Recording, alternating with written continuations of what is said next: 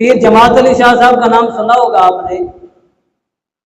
उनका बेटा उम्रा करने के लिए गया, वहां पर जब पहुंचा, वापस आने लगा, वहां का एक कबूतर मिला,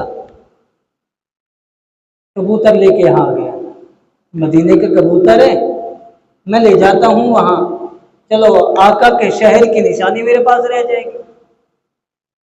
जब यहाँ पर ले आते हैं तो वो कबूतर न खाता है, न पीता है, न उड़ता है, न सोता है। न बीमार था, न मरीज था, अच्छा खासा कबूतर पकड़ के आया। हिंदुस्तान की सरजमीन पर आए, पहुंचे, वहां कबूतर छोड़ा, उड़ नहीं रहा। वो परिंदा छोड़े, उड़े ना, वो जानदार शाहदार, उसे खिलाए खाए ना, और हमेशा आंखों से आंसू जाए। उनका बेटा बड़ा हैरान और परेशान, अब्बा के पास आया, पीर मुर्शिद, फिर जमात अली शाह साहब के पास।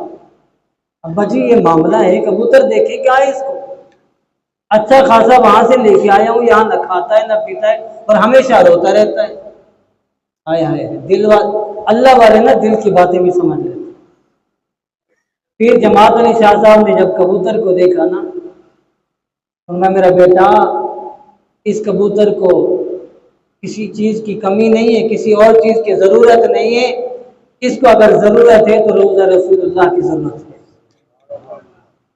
ये कबूतर पानी का प्यासा नहीं है, रोजा रसूल का प्यासा है। इस कबूतर को भूख नहीं लगी, ये चाहता है कि मैं मदीने के शहर में जाऊं।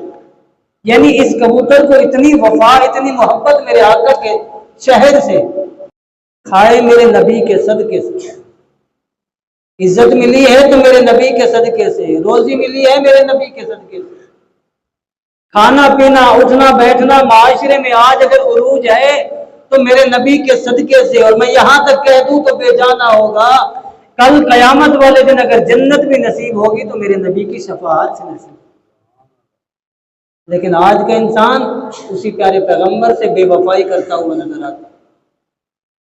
वैसे बड़े गिले शिकवे, फलां ने मुझे धोखा दिया, फलां ने अच्छा नहीं किया, फलां ने अच्छा नहीं किया, कि तुम किसी के साथ अच्छा कर रहा है। जी मैं सबके साथ अच्छा कर रहा हूं, सारी दुनिया को छोड़, ये बता प्यारे पैगंबर से वफा कर रहा है। सारी दुनिया को एक पासे रख कर दिल से बता, मेरे आका से वफा करता हुआ नजर आता है। आज का मुसलमान यहां खामोश रहे। तो ये जमात अली शाह साहब फरमाते हैं, ये कबूतर मदीने का प्यासा है, इस कबूतर को ले जाओ, मदीना छोड़ दिया। बिरादरान सलाम, शाह साहब का बेटा टिकट कराता है, कबूतर को साथ लेता है। जो कबूतर यहाँ बीमार, न खाता न पीता, हमेशा रोता हुआ नजर आता। शाह साहब का बेटा मदीना की सरजमीन पर जब मदीने की आबो हवा कबूतर पर पहुंचती है, कबूतर के अंदर वो हवा, वो फिजा अंदर दाखिल होती है।